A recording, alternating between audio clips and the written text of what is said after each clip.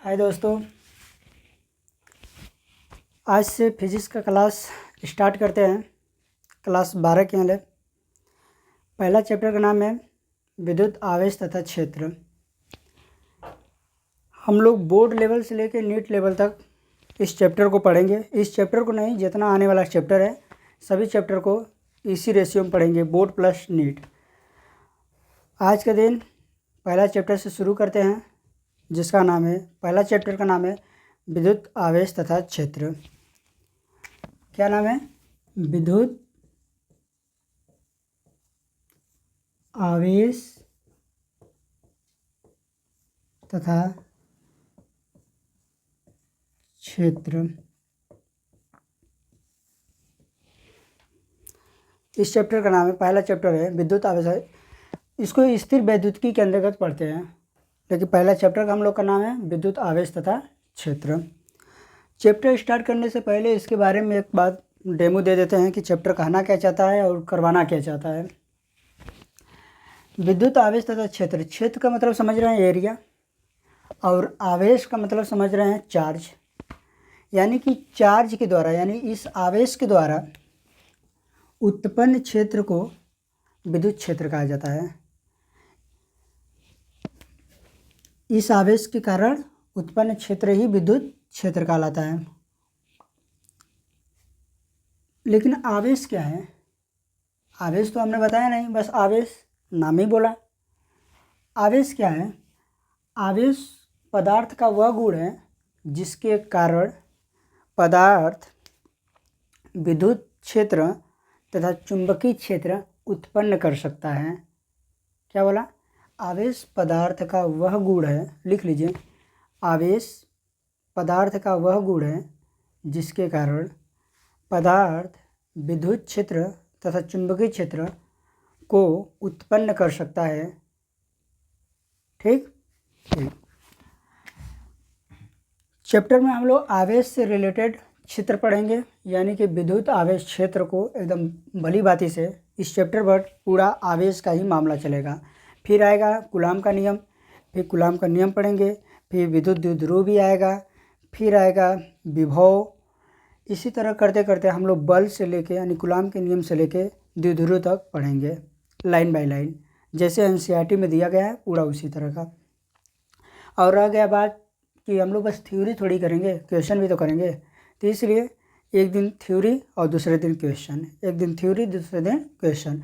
आज जो थ्योरी पढ़ाएंगे उसके अकॉर्डिंग क्वेश्चन लाएंगे, फिर क्वेश्चन लगाने के बाद फिर थ्योरी, फिर उसके अकॉर्डिंग क्वेश्चन। इसी तरह का हम लोग का रेशियो चलता रहेगा। ठीक है।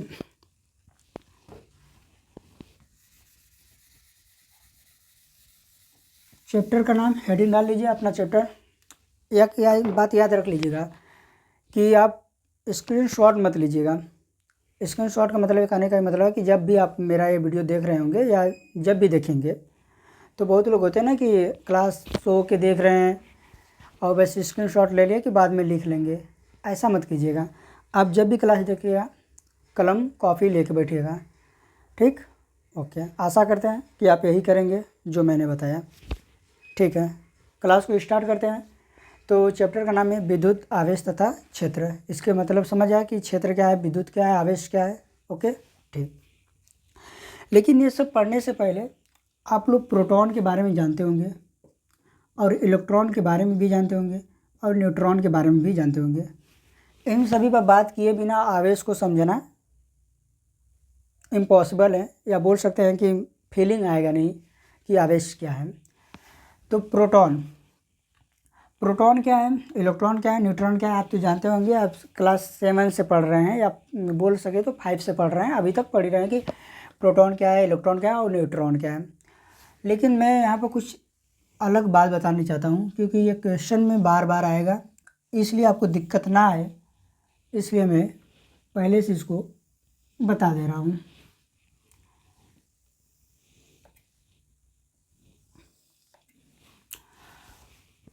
एक है द्रव्यमान। याद रहे, अभी चैप्टर शुरू नहीं हुआ है, लेकिन चैप्टर में ये सब आएगा, इसलिए पहले से बता दे रहा हूँ। और कोई बड़ी बात है भी नहीं, आप क्लास 7-6 से पढ़ते आ रहे हैं।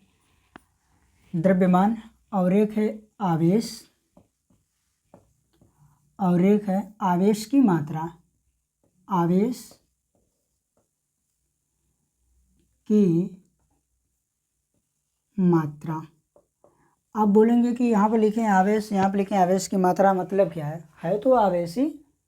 यहाँ भी आवेश है, यहाँ भी आवेश है। देखिए ये आवेश पॉजिटिव है या निगेटिव। आवेश टू टाइप्स होते हैं ना, एक पॉजिटिव एक निगेटिव, यानी कि एक धनात्मक एक ऋणात्मक। और आवेश की मात्रा का मतलब कि धनात्मक में कितना है और निगेटिव है तो निगेटिव में कितना है। मास का मतलब यानी द्रव्यमान को इंग्लिश में मास कहते हैं। मास का मतलब आप समझ ही रहे हैं, यानी भार। द्रव्यमान क्या है, भार है। तो प्रोटॉन और इलेक्ट्रॉन और न्यूट्रॉन, देखिए आपको पता है कि आवेश इस पर क्या होता है, प्रोटॉन पर पॉजिटिव होता है, यानी कि पॉजिटिव का साइन हो गया। इलेक्ट्रॉन पर निगेटिव होता है, यानी निगेटिव का साइन हो गया। न्यूट्रॉन पर कोई भी नहीं होता है, इसलिए उदासीन हो गया, यानी हम रॉन्ग का दिखा दिए। अब बात रह गया द्रव्यमान का। तो द्रव्यमान देखने से पहले आवेश की मात्रा देख लेते हैं। पॉजिटिव में यानी प्रोटॉन में पॉजिटिव कितना होता है आवेश, 1.6 × 10⁻⁻19 कूलाम। कूलाम की यूज लगाएं। कूलाम आवेश का मात्रक है। अभी आगे हम लोग भली भांति आवेश के बारे में पढ़ेंगे तो बताएंगे कि कूलाम कैसे आया, क्यों आया। अब इसी तरह निगेटिव के लिए 1.6 × 10⁻⁻19 कूलाम। इसमें मात्रा देखिए समान है लेकिन चिन्ह परिवर्तित है, यानी कि परिणाम में लिखा जाए तो बराबर ही है लेकिन चिन्ह बदला है। जिस पर निगेटिव है वो निगेटिव, यानी इलेक्ट्रॉन पर निगेटिव है तो निगेटिव, प्रोटॉन पर पॉजिटिव तो पॉजिटिव, लेकिन मात्रा समान है, बस ओनली क्या बदला, चिन्ह बदला है। अब द्रव्यमान आ गया। द्रव्यमान, इलेक्ट्रॉन का द्रव्यमान कितना होता है, प्रोटॉन का द्रव्यमान कितना, न्यूट्रॉन का द्रव्यमान कितना।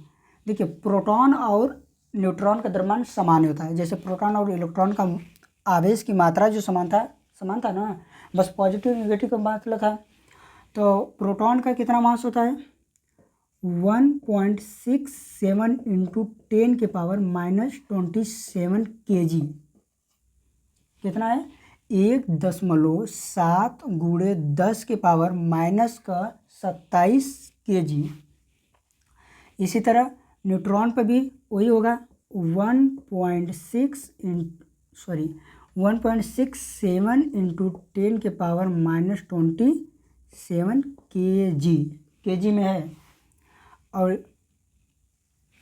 इलेक्ट्रॉन का मास इसका अलग से होता है, आपको याद रखना होगा, 9.1 × 10⁻31 kg, यानी कि इलेक्ट्रॉन का मास है 9.1 × 10⁻31 माइनस में kg इसका मास है। इसको आप लोग लिख लीजिए। फिर हम लोग आगे बढ़ते हैं अपने चैप्टर पर। इतना तो आप लोग को लिखना पड़ेगा क्योंकि इसी से क्लास बोले तो इसी से चैप्टर ही स्टार्ट हुआ है, तो लिख लीजिए। ठीक है, मिटा दूँ।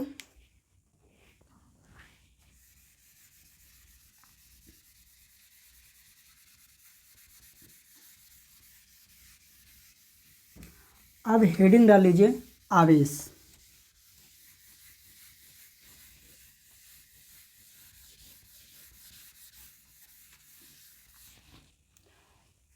हम लोग का अगला हेडिंग, अब चैप्टर स्टार्ट हो रहा है। हेडिंग डाल लीजिए आवेश।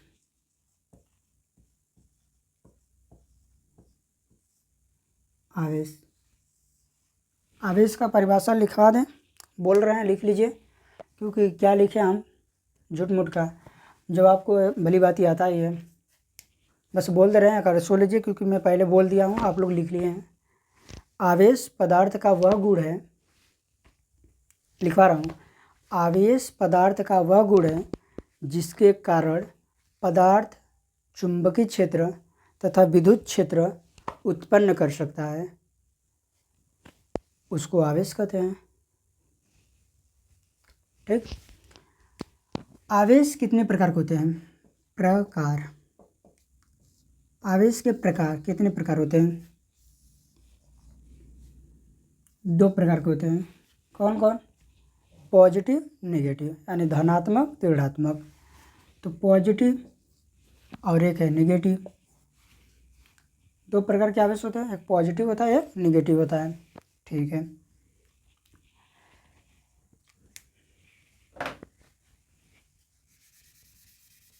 लिख रहे होंगे।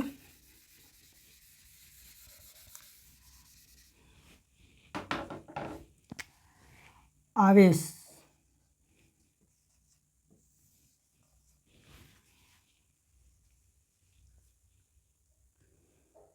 जब आवेश स्थिर हो, क्या हो, जब आवेश स्थिर हो या जब आवेश गतिमान हो यानी गति करता हो, या जब आवेश त्वरित गति करता हो, त्वरित हो। जब आवेश स्थिर है तो इसको बोलते हैं स्थिर वैद्युतिकी, स्थिर वैद्युतिकी क्या बोलते हैं, स्थिर वैद्युतिकी बोलते हैं। यानी जब आवेश स्थिर हो यानी कि शांत हो, अपने जगह पर हो, एकदम स्थिर हो, कहीं हिल डोल नहीं रहा है, तो उसको स्थिर वैद्युतिकी के अंतर्गत अध्ययन करते हैं। ठीक। और जब आवेश गतिमान हो तो इसके कारण दो चीज़ उत्पन्न होता है, दो प्रभाव उत्पन्न होता है। पहला प्रभाव है विद्युत धारा, विद्युत धारा पहला, और दूसरा चुंबकीय धारा।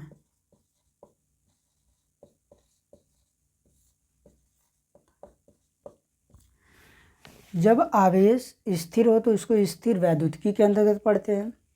जब आवेश गतिमान हो तो दो चीज़ यानी दो प्रभाव उत्पन्न करता है। पहला प्रभाव है विद्युत धारा और दूसरा प्रभाव है चुंबकीय धारा। ओके। अब बात रहेगी कि जब आवेश त्वरित हो तो तब यह उत्पन्न करता है, त्वरित जब होगा तो उत्पन्न करता है तरंग। और कौन सी तरंग, तो उस तरंग का नाम है विद्युत चुंबकीय तरंग। क्या उत्पन्न करता है, विद्युत चुंबकीय तरंग। जब त्वरित है आवेश तो क्या उत्पन्न करेगा, विद्युत चुंबकीय तरंग। और जब आवेश गतिमान है तो विद्युत धारा और चुंबकीय धारा उत्पन्न करेगा। और जब स्थिर है तो स्थिर वैद्युतिकी के अंतर्गत अध्ययन किया जाएगा। और अभी हम लोग क्या पढ़ेंगे, इसी का पाठ पढ़ेंगे। और ये पाठ कब आएगा, जब हम लोग दूसरे चैप्टर यानी कि विद्युत धारा वाला चैप्टर जाएंगे तो हम लोग को इससे सामना करना पड़ेगा। तो फिलहाल के लिए हम लोग इसी वाले को पढ़ने वाले हैं और हम लोग का चैप्टर भी इसी पर आधारित है। ओके, ठीक है। आप लिखना चाहेंगे ज़रूर लिख लीजिए।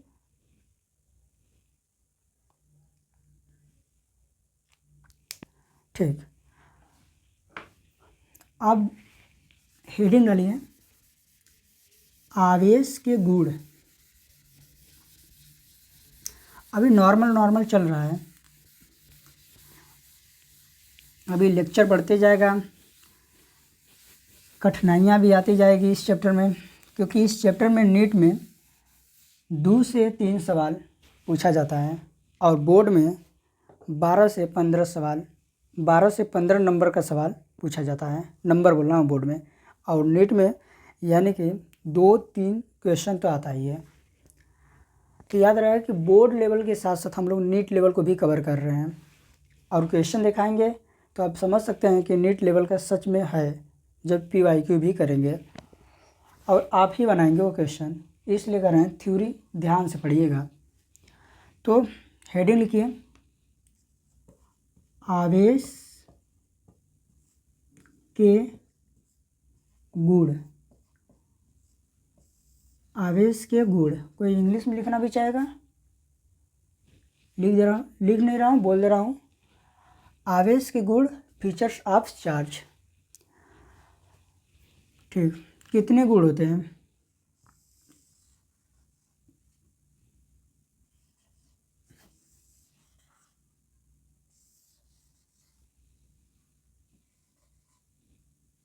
ठीक है। अभी और होते हैं, नीचे लिखेंगे, इतना में खुद भर गया है बोर्ड।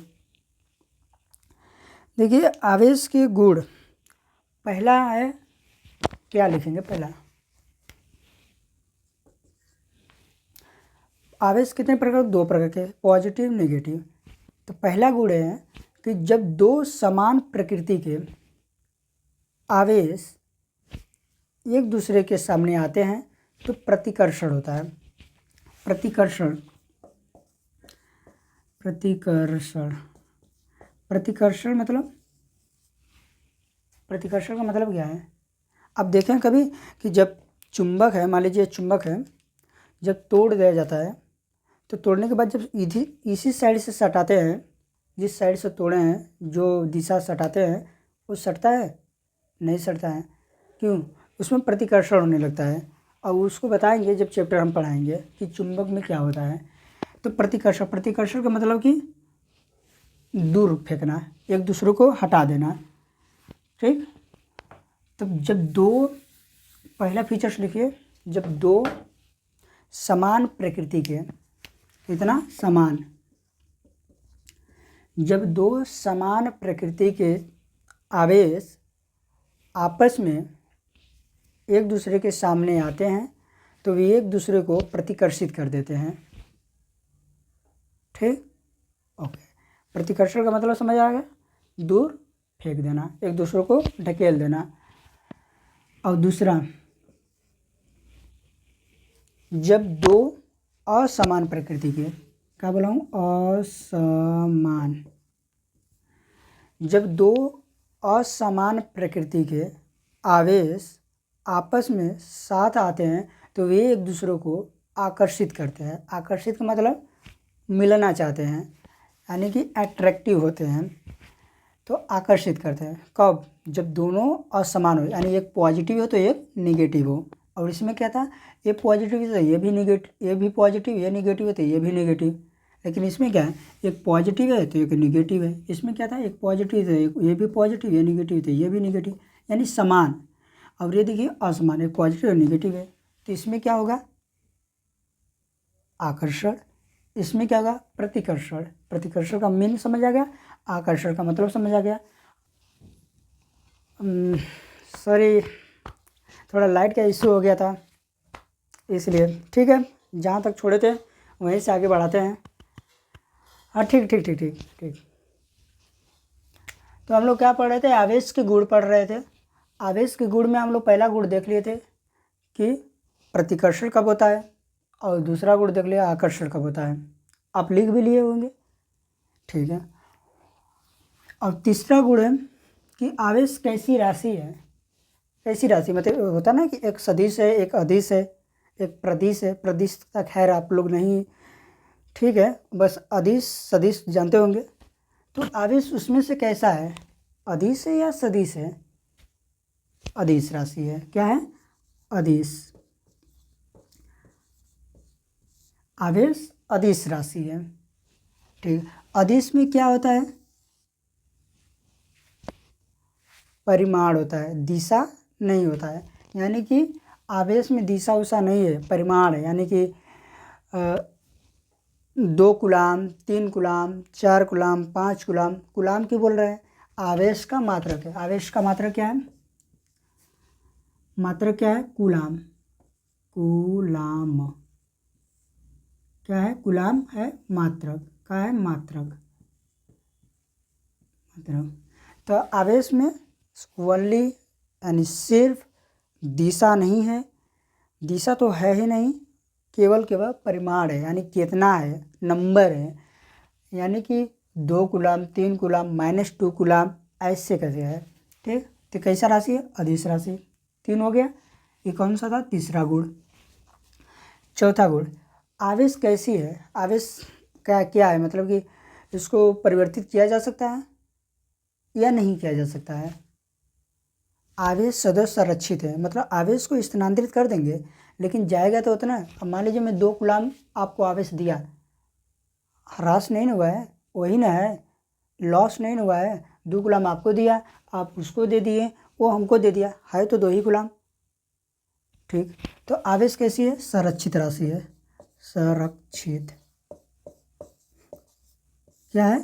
संरक्षित राशि है। मतलब इसको ये नहीं है कि मतलब मैं 2 कूलाम दे दिया तो आप 1 कूलाम देने में खर्च हो गया, नहीं नहीं, जितना है उतना रहेगा, यानी ये संरक्षित राशि है।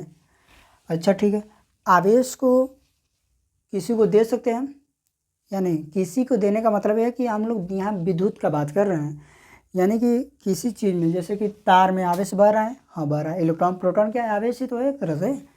तो इलेक्ट्रॉन प्रोटॉन आवेश ही है। तो आवेश को हम लोग स्थानांतरित कर सकते हैं। स्थानांतरित मतलब कि एक जगह से दूसरी जगह तक प्रवाह करा सकते हैं। तो 1 2 3 4, अब 5वां गुण है कि आवेश को स्थानांतरित किया जा सकता है। क्या? लिख लीजिए, आवेश को स्थानांतरित किया जा सकता है। क्या? स्थानांतरित, स्थानांतरित, आवेश को स्थानांतरित किया जा सकता है। कितना हुआ? 5, यानी 5 गुण हो चुका है। अभी और बचा है, आप लोग लिख लीजिए। हाँ, स्थानांतरित, ये लिखा है स्थानांतरित, 5वां गुण है स्थानांतरित।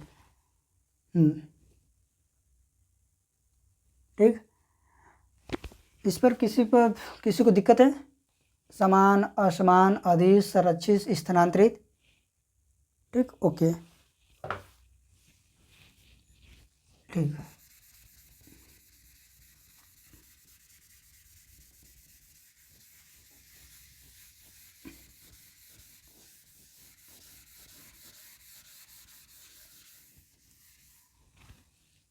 हेडिंग नहीं डाला हूँ, आप तो हेडिंग डाले हैं, बस उसी में से 5वां हो गया तो गुण। 6वां गुण, 6वां फीचर यानी 6वां गुण क्या है?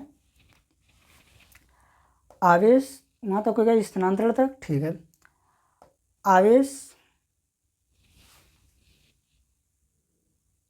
क्वांटमीकृत होता है। क्या होता है? क्वांटमीकृत। इसको बाद में लिखते हैं, इस गुण को, कैसे इस पर टॉपिक भी पढ़ाना हमको। 6वां गुण है आवेश द्रव्यमान के, 6वां गुण, आवेश सतत द्रव्यमान के साथ होता है, सतत द्रव्यमान के साथ होता है। ठीक, लेकिन आवेश सतत द्रव्यमान के साथ होता है, लेकिन आवेश सतत द्रव्यमान के साथ होता है, लेकिन द्रव्यमान के बिना आवेश संभव नहीं है। यानी द्रव्यमान रहेगा तो आवेश रहेगा, ऐसे लिखिए ना। द्रव्यमान, द्रव्यमान है तो आवेश होगा, आवेश होगा, होगा। द्रव्यमान है तो आवेश नहीं भी हो सकता है। यानी द्रव्यमान है तो आवेश हो भी सकता है, नहीं भी हो सकता है। पहले सुन लीजिए, मैं बोलूँगा एक स्टेटमेंट में, आप लिख लीजिएगा। अभी सुन लीजिए, पहले समझा देने दीजिए। द्रव्यमान है तो आवेश हो भी सकता है, द्रव्यमान है तो आवेश नहीं भी हो सकता है। लेकिन जहाँ पर आवेश है, लेकिन आवेश बिना द्रव्यमान का, क्या? बिना द्रव्यमान का संभव नहीं है। द्रव्यमान है तो आवेश हो भी सकता है, द्रव्यमान है तो आवेश नहीं भी हो सकता है, लेकिन आवेश द्रव्यमान पर ही होगा, याद रखना। जैसे में प्रोटॉन का द्रव्यमान है, प्रोटॉन पर आवेश है, हाँ पॉजिटिव आवेश है। कितना है? 1.6 × 10⁻⁻19 कूलाम। इलेक्ट्रॉन है, उसका द्रव्यमान है, उस पर भी आवेश है। न्यूट्रॉन, न्यूट्रॉन के पास तो द्रव्यमान है लेकिन आवेश है नहीं है। लेकिन प्रोटॉन के पास द्रव्यमान है तो आवेश भी है। यानी कि द्रव्यमान रहेगा तो आवेश हो भी सकता है या नहीं भी हो सकता है। लेकिन जहाँ पर आवेश है वहाँ द्रव्यमान होगा। देख लीजिए, आवेश कहाँ है? प्रोटॉन पे है, द्रव्यमान है। न्यूट्रॉन, इलेक्ट्रॉन पे है, आवेश है तो द्रव्यमान भी है। लेकिन न्यूट्रॉन पर आवेश नहीं है लेकिन द्रव्यमान तो है। यानी जहाँ आवेश होगा वहाँ द्रव्यमान होगा। लेकिन जहाँ पर आवेश नहीं वहाँ भी द्रव्यमान हो सकता है। तो इससे आप क्या समझे? अब इसी तरह लिख लीजिएगा, इसी तरह, फिर मैं बोल दूंगा, फिर आप एक लाइन लिख लिया, लेकिन इसी तरह उतारिए पहले। द्रव्यमान है तो आवेश है, द्रव्यमान है तो आवेश नहीं भी है, आवेश है तो द्रव्यमान, आवेश नहीं तो द्रव्यमान हो भी सकता है, नहीं भी हो सकता है। ठीक, ले लीजिएगा। ठीक, ओके, मिटा रहा हूँ इसको।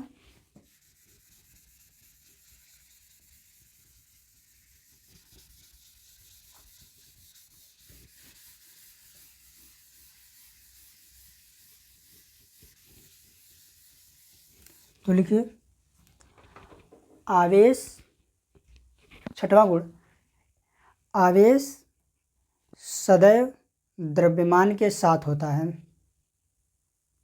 क्या बोला? आवेश सदैव द्रव्यमान के साथ होता है। आवेश सदैव द्रव्यमान के साथ होता है, लेकिन जहाँ द्रव्यमान है वहाँ आवेश हो, यह संभव हो भी सकता है, नहीं भी। ठीक, ओके। अब सातवां गुण, छठे गुण हो गया ना, सातवां गुण,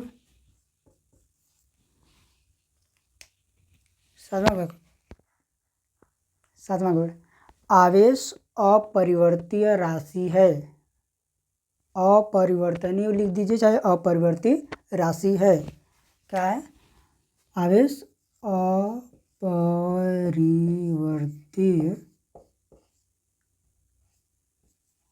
अपरिवर्तीय राशि है।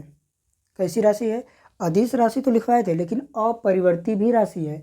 अपरिवर्ती का मतलब यही हुआ कि इसको परिवर्तित नहीं कर सकते हैं आप। जितना किसी पदार्थ से आवेश निकालेंगे तो उतना का कमी बताएगा।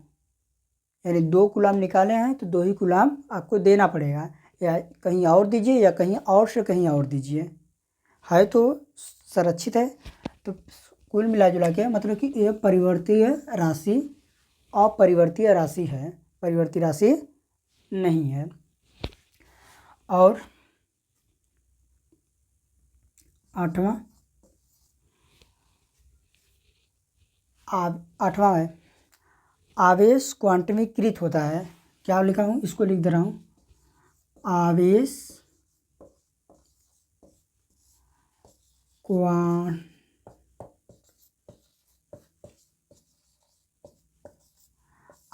क्वांटमीकृत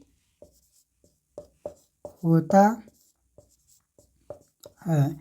इस पर हम लोग क्या सवाल के साथ साथ अभी इसका और डिटेल से भी पढ़ेंगे, लेकिन अभी गुण में लिख रहे हैं तो इसको लिख लीजिए बस। इसको अभी मैं समझाऊंगा आगे चलकर।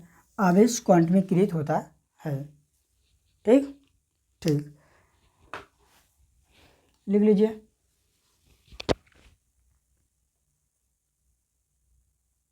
ठीक, ओके।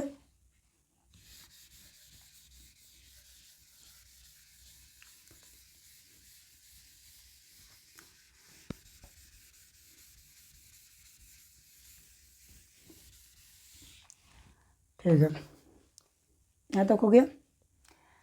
आप कभी ये फार्मूला पढ़े हैं, आई बराबर क्यू बटा के टी? कभी भी पढ़े हैं? धारा बराबर आवेश बटा के समय, कभी भी? इधर लिखता हूँ आवेश, अभी समझ लीजिएगा तब फिर उतारिएगा। ठीक, ये फार्मूला पढ़े हैं कभी? ये क्या है? क्यू, आवेश ही तो है। आवेश क्यू से रिप्रेजेंट करते हैं आवेश को। ठीक, यानी आवेश को दर्शाते हैं क्यू से। टी क्या है? समय है। आई क्या है? धारा है। Okay, okay. अगर मुझे क्यू निकालना रहेगा तो मैं इसका गुणा कर दूंगा, मल्टीपल आई इंटू टी इक्वल क्यू, यही होगा। हाँ, आई का मात्रक एम्पियर, क्या है? एम्पियर, ये से दर्शाते हैं। टी का मात्रा यानी समय, तो टी से दर्शाते हैं। ये है क्यू, तो क्या निकला ए टी क्यू, यानी कि आवेश का बीमा क्या है ए टी है। तो बीमा कैसे लिखते हैं, पूरा लिखते हैं एम एल ए टी के पदों में लिखते हैं। तो टोटली हम बीमा लिख सकते हैं, बीमा तो यही है लेकिन हमको उसको भी दर्शाना, मास को भी दर्शाना है, लंबाई को भी दर्शाना है। तो m के पावर 0, l के पावर 0, a के पावर 1, कुछ नहीं तो 1 है, t के पावर 1, यही होगा बीमा। यानी आवेश का मात्रक नहीं, बीमा क्या है, m के पावर 0, l के पावर 0, a के पावर 1, t के पावर 1। यानी टोटली हम कह सकते हैं कि बीमा क्या होगा, आवेश का बीमा क्या है, m0, l0, a1, t1, this is the बीमा। ये आवेश का बीमा है, ठीक। और आवेश का मात्रक क्या होता है, मात्रक एक होता है मात्रक SI में, और एक मात्रक होता है CGL में, ठीक। CGL मात्रक, SI मात्रक। SI में होता है कूलाम को C से दिखाते हैं, और CGS में ESU इसको बोलते हैं इलेक्ट्रोस्टैटिक यूनिट। ESU का नाम है पूरा इलेक्ट्रोस्टैटिक यूनिट। दो मात्रक है, एक कूलाम, एक ESU, ठीक। और एक बात याद रख लीजिए, फैराडे, एक फैराडे बराबर, इसको नोट में लिख लीजिए, नोट, एक फैराडे बराबर होता है 9498, या लगभग में लिख सकते हैं 9500 क्या कूलाम। एक फैराडे बराबर कितना होता है, 9500, यानी 9500 कूलाम, ठीक। ओके, इसको थोड़ा उतार लीजिए आप लोग। आवेश को किससे दर्शाते हैं, आपको बताया था ना, क्यू से। यहाँ पे दिखाया है, यहाँ पे भी दे देना क्यू से, कैपिटल क्यू लिख दीजिए चाहे स्मॉल क्यू लिख दीजिए, लेकिन क्यू से दर्शाते हैं आवेश को। आवेश का मात्रक कूलाम है। आवेश का बीमा m0, l0, a1, t1। फिर मात्रक है SI में कूलाम, और CGL में मात्रक है ESU, यानी इलेक्ट्रोस्टैटिक यूनिट। एक फैराडे बराबर कितना होता है, 9500, यानी 9500 कूलाम, ठीक। यहाँ से हम लोग बीमा निकालें, बीमा कैसे निकाले देख लिए हैं, ठीक। ओके, तो इसको मिटाते हैं, आप एक बार ले लीजिए। ओके,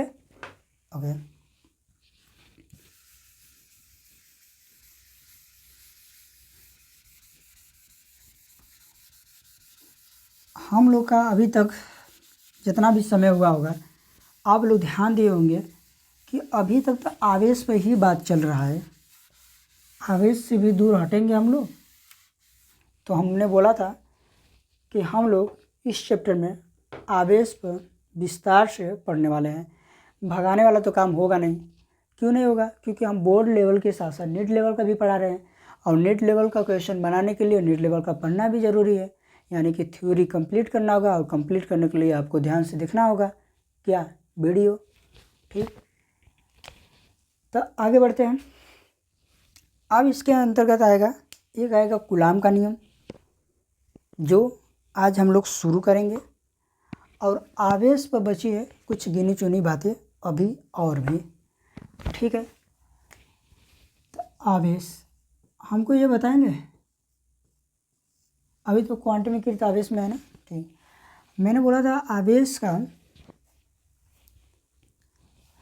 प्रतिकर्षण भी कर रहा है, आकर्षण कर रहा है। हमको कैसे पता चलेगा कि प्रतिकर्षण कब हो रहा है, आकर्षण कब हो रहा है, कौन बताएगा। देखिए, एक पॉजिटिव चार्ज रहेगा, एक कुछ भी चार्ज नहीं है, एक वस्तु पॉजिटिव है, एक वस्तु नेगेटिव है, तब भी आकर्षण होगा। क्या होगा, आकर्षण, पहला है टॉपिक। दूसरा बेसिक ज्ञान है, अगर एक वस्तु नेगेटिव है और दूसरा कुछ नहीं है तब भी आकर्षण होगा, ठीक।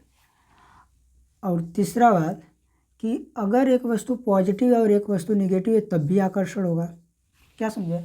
पॉजिटिव है और कुछ भी नहीं है तब आकर्षण, निगेटिव है और एक कुछ नहीं है तब भी आकर्षण, एक पॉजिटिव एक निगेटिव है तब भी आकर्षण हो रहा है। लेकिन अगर एक पॉजिटिव और दूसरी भी पॉजिटिव, या पांचवी जी, अगर एक निगेटिव और दूसरी भी निगेटिव, यही दो बच रहे हैं, सब बनी गया रेशियो, तब भी प्रतिकर्षण प्रतिकर्षण प्रतिकर्षण प्रतिकर्षण। यानी प्रतिकर्षण कब हो रहा है कैसे पता चलेगा? आकर्षण तो क्या है, तब भी हो रहा है, इसमें भी हो रहा है, इसमें भी हो रहा है, यानी प्रतिकर्षण कैसे पता चलेगा? यानी प्रतिकर्षण हमको कैसे पता चलेगा कि प्रतिकर्षण हो रहा है? यानी हमको निगेटिव चार्ज लेवल बताएगा कि प्रतिकर्षण को संबोधित कर रहा है। यानी कि अगर मेरे पास ये निगेटिव है पॉजिटिव तभी आकर्षण हो रहा है, तो हमको प्रतिकर्षण कौन बता रहा है? निगेटिव पॉजिटिव, यानी कि दो समान ना हो, समान हो, आप भी ध्यान से सुनिए, दोनों समान हो तब क्या बताएगा? प्रतिकर्षण। यानी निगेटिव रिप्रेजेंट कर रहा है प्रतिकर्षण को, ऐसा बोल सकते हैं। ओके,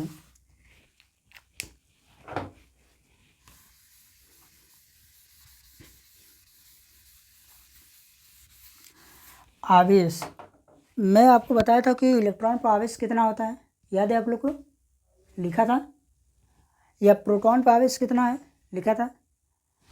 इलेक्ट्रॉन पर आवेश लिखा था माइनस का 1.6 गुणे 10 के पावर माइनस 19 कूलम।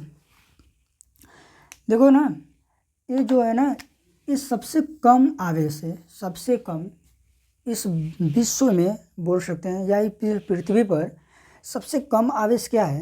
ये है। इससे कम आवेश संभव है ही नहीं।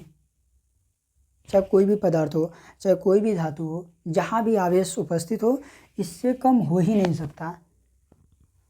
समझे? इससे कम कभी भी आवेश नहीं हो सकता है।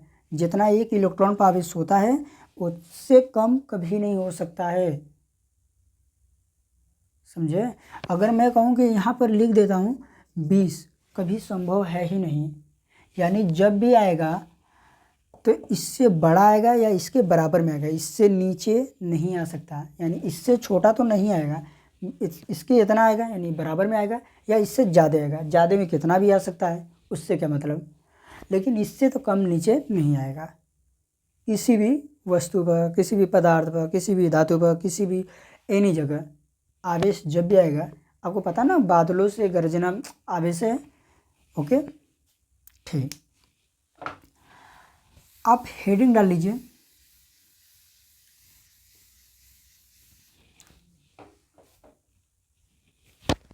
सॉरी, हेडिंग अभी नहीं, पहले क्वांटमीकरण का मतलब समझ लेते हैं। आवेश छोड़े थे ना हम लोग, आवेश क्वांटमीकृत,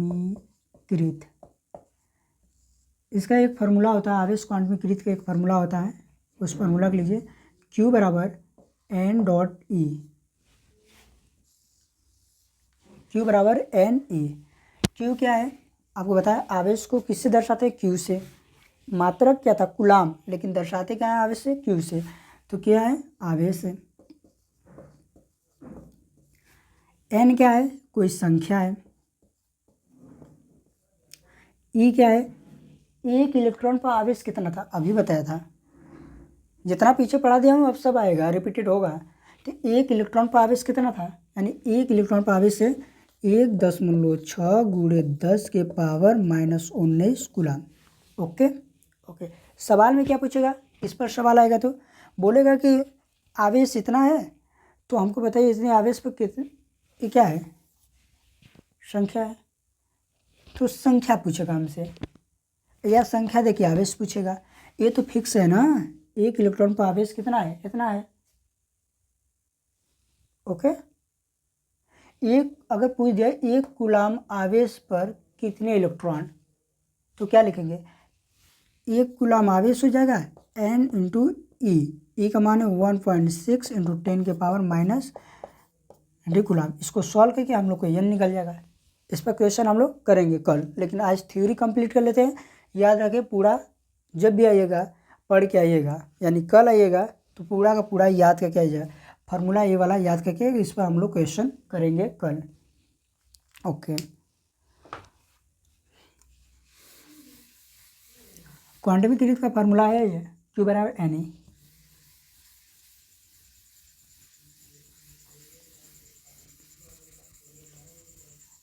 अब आज का आखिरी टॉपिक या हेडिंग डालिए। आज का आखिरी टॉपिक आवेशन की विधि। आवेशन की विधि। आवेशन की विधि। कितने प्रकार की विधि होती है आवेशन की, आपको पता है? पता तो होगा ही। अगर आप 12 पास हो चुके होंगे, नीट के लिए पढ़ रहे हैं, तब तो पता होगा। अगर आप 12 में हैं तो भी पता होगा, क्योंकि क्लास में तो पढ़ा ही गया होगा। कैसे पहला चैप्टर है ना। हाँ ठीक। आवेशन की विधि कितने हैं? 3 है। कितने हैं? 3। पहला है घर्षण। दूसरा है प्रेरण। और तीसरा है चालन। ठीक, यानी पहला घर्षण, प्रेरण, चालन। घर्षण का मतलब किसी चीज़ पर स्लाइड करने के जो बल लगता है उसे घर्षण बल कहते हैं ना, घर्षण बल। तो घर्षण बल से समझ लीजिए स्लाइड कर रहा है कोई एक वस्तु दूसरे वस्तु पर क्या कर रहा है? रेंग रहा है। चलना नहीं बोल सकते, क्योंकि चलने में तो पैर उठा के चलने वाला हो जाता है।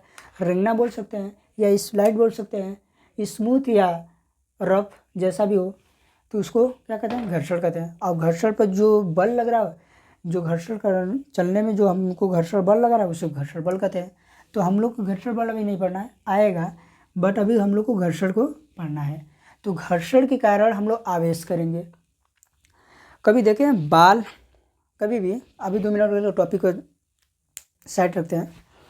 कभी देखें कि जब बाल में कलम, प्लास्टिक वाली कलम या कंघी को जब हम लोग रगड़ देते हैं, तो फिर ज़मीन पर जो छोटे कण होते हैं उस पर हम लोग सटाते हैं, तो सटाक दे कण चिपक जाते हैं उस कलम या जो भी प्लास्टिक वाली चीज़ हो, सटक जाता है। क्यों? आवेशन के कारण। क्योंकि धूल में क्या है, या तो पॉजिटिव या निगेटिव हो या कुछ भी नहीं होगा, आवेश यही हो सकता है। बोला था ना, जहाँ द्रव्यमान है वहाँ आवेश को संभव तो है नहीं, हो भी सकता है, नहीं भी हो सकता है। जैसे न्यूट्रॉन पर था, न्यूट्रॉन पर द्रव्यमान था, आवेश नहीं था, इसलिए कण पर पॉजिटिव चार्ज भी हो सकता है, निगेटिव आवेश भी हो सकता है, पॉजिटिव आवेश भी होता है, या हो भी नहीं सकता है। ओके, लेकिन बाल में जब घर्षण हमने किया था, कोई आवेश उत्पन्न हुआ? जब आवेश उत्पन्न हुआ तो इस पर आवेश आ गया, यानी एक प्लास्टिक वाली चीज़ पर आवेश आ गया, और आवेश आने के बाद जब हम सटाएं तो कण चिपक गया। कहा था ना, एक आवेश है, कुछ भी नहीं रहेगा तो भी चिपक जाएगा, या निगेटिव है तो भी नहीं रहेगा तो भी, या अलग अलग रहेगा तब भी। तो क्या हुआ? एक पर पॉजिटिव चार्ज, एक पर निगेटिव चार्ज। पॉजिटिव किस पर आया? पॉजिटिव कौन है? बाल। निगेटिव कांच की या प्लास्टिक के कलम, कंघी, कुछ भी। तो घर्षण इसके द्वारा होता है। अभी स्टेटमेंट लिखवाऊंगा, पहले समझ लेते हैं, फिर एक भाषा में परिभाषा बोलूँगा, आप लिख लेंगे। ओके, प्रेरण, चालन। प्रेरण पढ़ने से पहले चालन पढ़ लेते हैं, क्योंकि आसान है, अब समझ भी आएगा आपको। चालन का मतलब हम देखते हैं कि जब लाइट बल रही है, जो ये लाइट जल रही है, क्यों जल रही है? आवेश बह रहा है, धारा आ रही है, तो वहाँ से यहाँ तक इस लाइट में जोड़ने के लिए हम लोग क्या करें? तार। तो चालन का मतलब क्या है? यानी तार, यानी कि जब एक तार को दूसरे तार से जोड़ देते हैं तो उसमें का आवेश इसमें आ जाता है। यानी कि जब एक वस्तु एक है, ये वस्तु दूसरी है, तो ये मान लीजिए पॉजिटिव चार्ज है, ये कुछ भी नहीं है, तो पॉजिटिव चार्ज इसमें हमको भेजना लगे तो क्या करेंगे? तार से जोड़ देंगे। जब तार जोड़ देंगे तो इसका पॉजिटिव इस पर भी आ जाएगा, तो ये पॉजिटिव हो गया। तार से जोड़ देंगे तो नहीं आ जाएगा, आ जाएगा ना। तब तो पॉजिटिव चार्ज अगर मान लीजिए पॉजिटिव ना रह के नेगेटिव होता तो यहाँ भी नेगेटिव आ जाता। चालन में सिंपल है, तार से जोड़ दे, दो वस्तु को तार से जोड़ दे, विभव समान हो जाता है, विभव वाला पढ़ेंगे बाद में, विभव समान हो जाता है और आवेश डिस्ट्रीब्यूट हो जाता है, यानी कि चला जाता है, बढ़ जाता है। ठीक, तो तार के माध्यम से जोड़ दो, या जिसमें धारा प्रवाहित हो सके वो वस्तु को जोड़ दो। तार हो गया, लोहा का तार, चांदी का तार, कुछ भी है नीचे, सिल्वर उल्वर। ग्रेफाइट नहीं, ग्रेफाइट है चालक है मानता हूँ, लेकिन अर्धचालक है ना, क्योंकि पूर्ण रूप से धारा थोड़ी प्रवाहित होता है। ग्रेफाइट में मानते हैं कि भैया मुक्त इलेक्ट्रॉन होते हैं, इसके कारण धारा जाता है, लेकिन उतना नहीं जाता है। तो उसको हम लोग साइड में रख के हम लोग वली चालन यानी कि जो धारा का प्रभाव कर सके उसका बात करेंगे। तो चालन के द्वारा धारा अब आवेश बढ़ गया, इस पर का आवेश इस पर आ गया। इसका मतलब नहीं कि इस पर का आवेश खत्म हो गया, नहीं नहीं नहीं, इस पर भी आवेश है, इस पर भी आवेश है, समझ गए। ओके, घर्षण का उदाहरण क्या है? बादल। बादल गरजता है, जब गरजता है तो देखते हैं धड़धड़ा के क्या बिजली चमक जाती है। क्यों चमक जाती है? घर्षण के कारण। जब घर्षण एक पदार्थ दूसरे पदार्थ पर बल लगाता है, घिसकता है, तो क्या होता है? घर्षण होता है। जब घर्षण होता है उसी कारण आवेश उत्पन्न होता है, आवेश के कारण प्रकाश उत्पन्न होता है। धारा क्या है? धारा में अगर मैं मान लो पॉजिटिव निगेटिव एक में सटा दे, क्या होगा? चिंगारी उत्पन्न होगा ना। चिंगारी छोड़िए बढ़ जाएगा, अगर हाई वोल्टेज का लाइन रहेगी तो। इसी तरह बादल भी होता है। अब बात रह गई प्रेरण की। अब प्रेरण आते हैं, इस सबको हटा देते हैं। प्रेरण को ध्यान से समझिएगा, इसलिए मैं इसको लास्ट में किया हूँ। प्रेरण में मान लीजिए एक वस्तु ए है और दूसरी वस्तु बी है। ठीक, मान लीजिए एक वस्तु ए है, एक वस्तु बी है। इस पर है पॉजिटिव चार्ज और इस पर चार्ज कुछ भी नहीं है। ए पर क्या है? पॉजिटिव, और इस पर कुछ भी नहीं है। प्रेरण में हम लोग को तार से नहीं जोड़ना है, घर्षण नहीं करवाना है, तो क्या करना है? प्रेरण। कभी देखते हैं कि रील चलाएं, रील चलाए होंगे, तो क्या होता है, किसी के वीडियो देखते हैं, जैसे टीचर उचर का, किसी भी टीचर लोग का वीडियो देखते हैं, एनी टीचर्स, बहुत अच्छे अच्छे टीचर है, जैसे में खान सर हो गए, आदित्य सर हो गए, गगन सर को, एनी टीचर, बहुत लोग अच्छे अच्छे लोग हैं। मोटिवेट ऐसे करते हैं कि आप प्रेरित हो जाते हैं। अगर आपको मोटिवेट कर दिया जाए कि हाँ ज़िंदगी में पैसा ही सब कुछ है, पढ़ाई ही सब कुछ है, तो शायद हमेशा के लिए नहीं, लेकिन 5-6 मिनट के लिए तो आप मोटिवेट हो जाते हैं। और वो मोटिवेट ही क्या है? प्रेरित करता है आपको। उनकी बातें क्या करता है? आपको प्रेरित करती है। तो प्रेरित करती है तो यानी कि प्रेरण होता है, यानी वो नहीं आपको छुए, ना आपको पढ़ाएं, भले क्लास में पढ़ाए होंगे, लेकिन स्क्रॉल वीडियो में बात कर रहे हैं, ना आपको कुछ ऐसा ज्ञान दिए, लेकिन ऐसा बताएं जो हमारे आस पास में हो रहा है।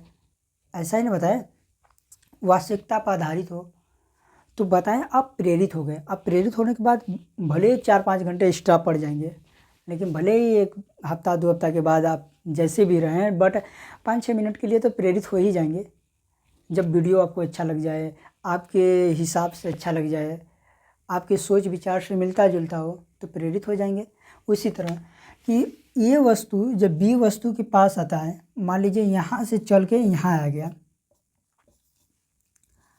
यहाँ से चल के यहाँ गया, तो क्या होगा? ये प्रेरित हो जाएगा। बी क्या हो जाएगा? प्रेरित हो जाएगा। अब प्रेरित होगा तो क्या होगा? इसके सामने पॉजिटिव आया है ना, तो इसके सामने जहर आया है, उधर पॉजिटिव है, तो इधर आ जाएगा इस वस्तु पर निगेटिव चार्ज। ठीक, और इधर आ जाएगा उसके उल्टा में पॉजिटिव चार्ज, यानी दोनों चार्ज आ गया। देखो, एक निगेटिव एक पॉजिटिव। नहीं समझ आया? फिर समझा देते हैं। मान लो ये वस्तु था जिस पर पॉजिटिव चार्ज था, ये बी वस्तु है जिस पर कोई चार्ज नहीं था। अब ये वस्तु इधर आया साथ में यहाँ, इस पर क्या था? Positive charge. लेकिन जब बी के पास आया, तो प्रेरित कर रहा है, तो प्रेरित करेगा तो जिधर आया है मान लो मेरे चेहरे ओर ही आया है, मैं बी वस्तु मेरे चेहरे ओर ही आया है, तो इसका ठीक उल्टा मेरे चेहरे ओर ही बनेगा। चेहरे के पीछे यानी सिर के टाइप और पीछे वाले सिर के टाइप और क्या बनेगा, निगेटिव चार्ज बनेगा। तो पॉजिटिव के सामने जो आया उसका विपरीत बन जाएगा, तो निगेटिव बन गया बी पर, और पीछे क्या बन गया, पॉजिटिव बन गया। ओके, अब मैं क्या करूँगा, जब इसको हटाऊँगा तो ये चार्ज भी हट जाएगा। जब ये वस्तु को दूर ले जाऊँगा, जहाँ से आया वहीं भेज दूँगा, तो फिर से कोई चार्ज इस पर नहीं रहेगा। लेकिन जब तक यहीं पर है, प्रेरित कर रहा है, तब मैं एक अलग से तार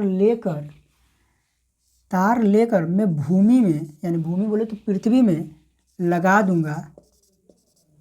तो जब मैं पृथ्वी में लगा दूंगा तो क्या होगा, तो फिर जब पृथ्वी में लगाने के बाद इधर का आवेश पूरा बह के चला जाएगा पृथ्वी में यानी ज़मीन में, और बचेगा सिर्फ नेगेटिव चार्ज। और नेगेटिव चार्ज जब बचेगा तो फिर मैं हटा भी लूँ ए को, तो हमारे पूरा जगह पर अब नेगेटिव चार्ज लग गया। तो अब मान लो बी वस्तु ये बना, तो पूरा का पूरा इस पर नेगेटिव चार्ज, चारों तरफ नेगेटिव चार्ज होगा। आप कहेंगे पॉजिटिव चार्ज कहाँ गया, नीचे यानी ज़मीन यानी भूमि में चला गया, और नेगेटिव चार्ज इसका भित्त पर बन गया। यानी ये पॉजिटिव था, ये नेगेटिव इसको बना दिया। समझे कि ना समझे? आशा करते हैं समझ ही गए होंगे।